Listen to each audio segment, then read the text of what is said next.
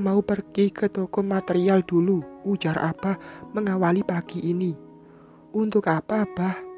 Mau beli kayu sama asbes buat bikin tempat untuk menyimpan barang-barangmu. Aku mengangguk. Kemudian aku melanjutkan memasak untuk sarapan pagi kita.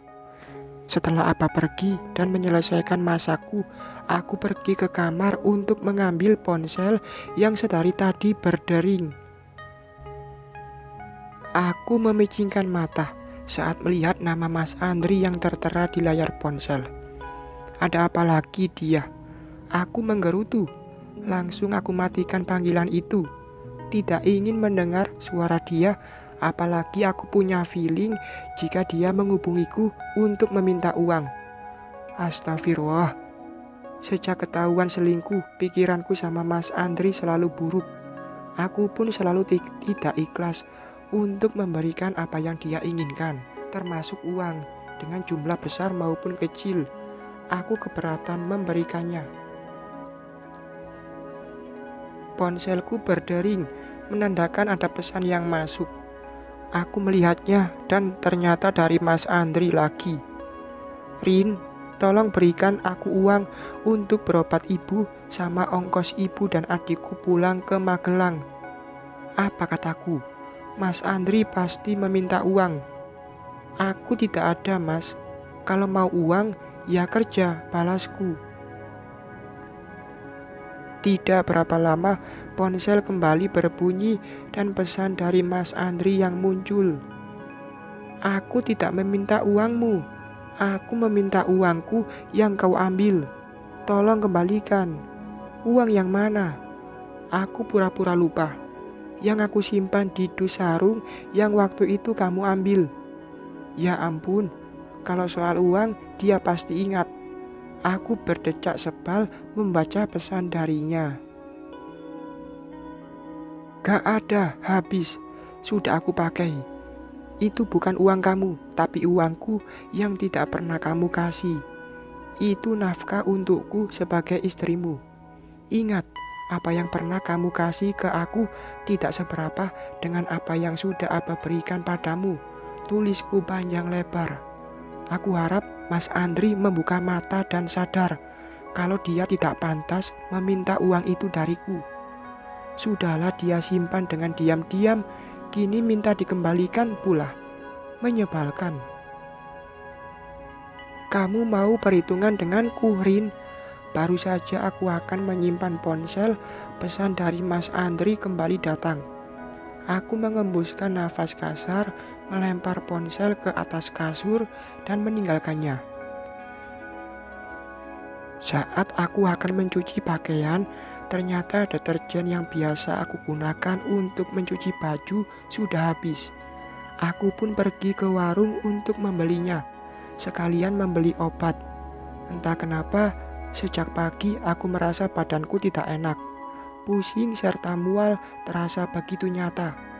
Warung di sini berada di tengah-tengah perkampungan dan biasanya akan banyak ibu-ibu yang nongkrong di sana. Benar saja, dari kejauhan aku sudah melihat ibu-ibu yang tengah duduk berbincang dengan teman-temannya. Aku suka heran sama mereka. Apa mereka tidak punya pekerjaan di rumah hingga sepagi ini dengan masih memakai daster serta rambut yang belum disisir, mereka sudah duduk santai sambil bergosip riah. Salut sama suami mereka yang tidak pernah marah dan protes. Jarakku dan warung semakin dekat, tapi aku merasa tidak nyaman dengan tatapan-tatapan mereka yang menyorot ke arahku. Sepertinya mereka tengah menggunjingkanku. Terbukti saat aku semakin dekat, salah satu ibu-ibu menepuk paha temannya seraya menempelkan telunjuk di bibir, memberikan instruksi untuk diam. Bu, beli deterjen sama obat mual ya, kataku. Mual kenapa, Rin? Tanya salah satu ibu-ibu. Tidak tahu, Bu, aku menjawab seraya tersenyum manis. Ibu itu pun tersenyum seraya mencolek teman di sebelahnya. Kenapa dengan dia? Apa jawabanku salah? Obat mual gak ada, Rin. Biasanya mual itu obatnya yang seger-seger, seperti rujak atau yang asem-asem gitu, Rin, tutur si ibu pemilik warung. Aku malah semakin pusing mendengar jawaban yang memang tidak aku inginkan. Akhirnya aku membeli obat mah untuk menghilangkan rasa mual. Tidak lupa juga deterjen. Rin, kamu kasihan banget ya. Ternyata selama ini kamu di madu. Nasibmu buruk sekali, Rin. Aku yang hendak melangkah pulang harus mengurungkan niat saat mendengar ucapan yang tidak mengenakan. Makanya, Rin, jadi orang itu jangan sok dermawan. Pakai ngasih kesempatan, ngasih modal si Andri buat pegang perahu sendiri. Tuh, lihat sekarang. Buktinya dia malah melemparkan kotoran ke wajahmu dan abahmu.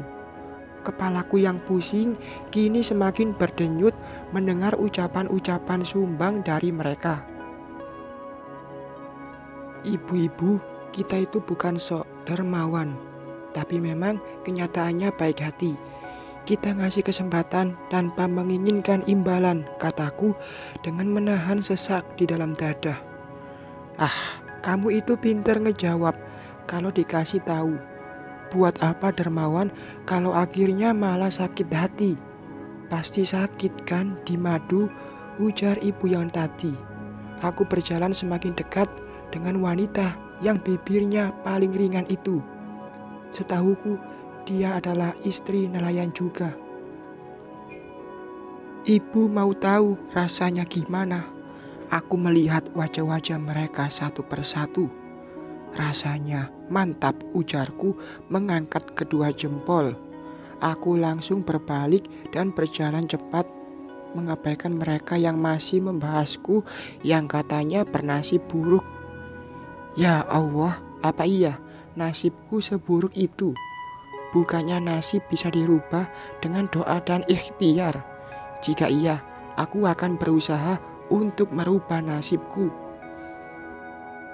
Sampai di rumah, ternyata di luar sudah ada Santi dan anak balitanya yang berusia 3 tahun.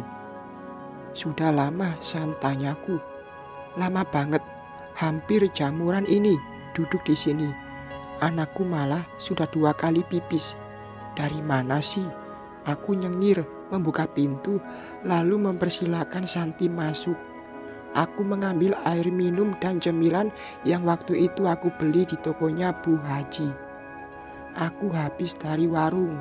Silakan diminum, San. Aku memberikan 1 wafer kepada anaknya Santi.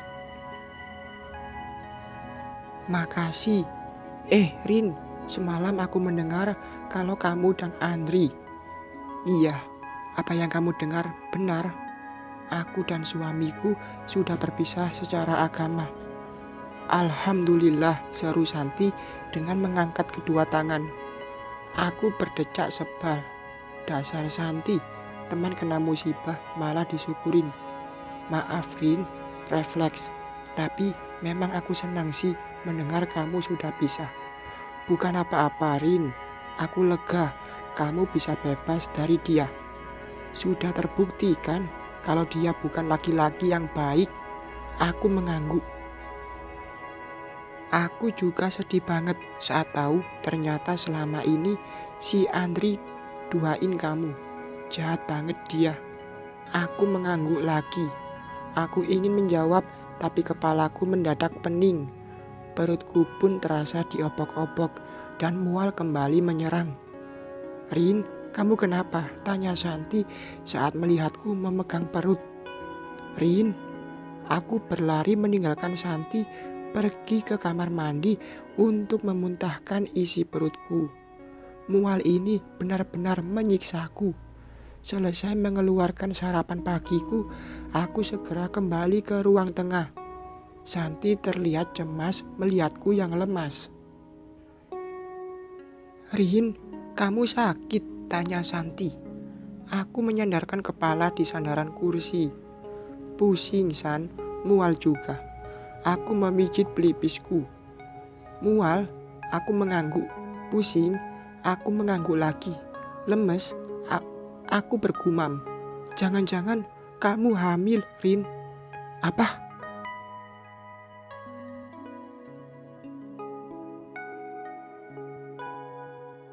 Bersambung.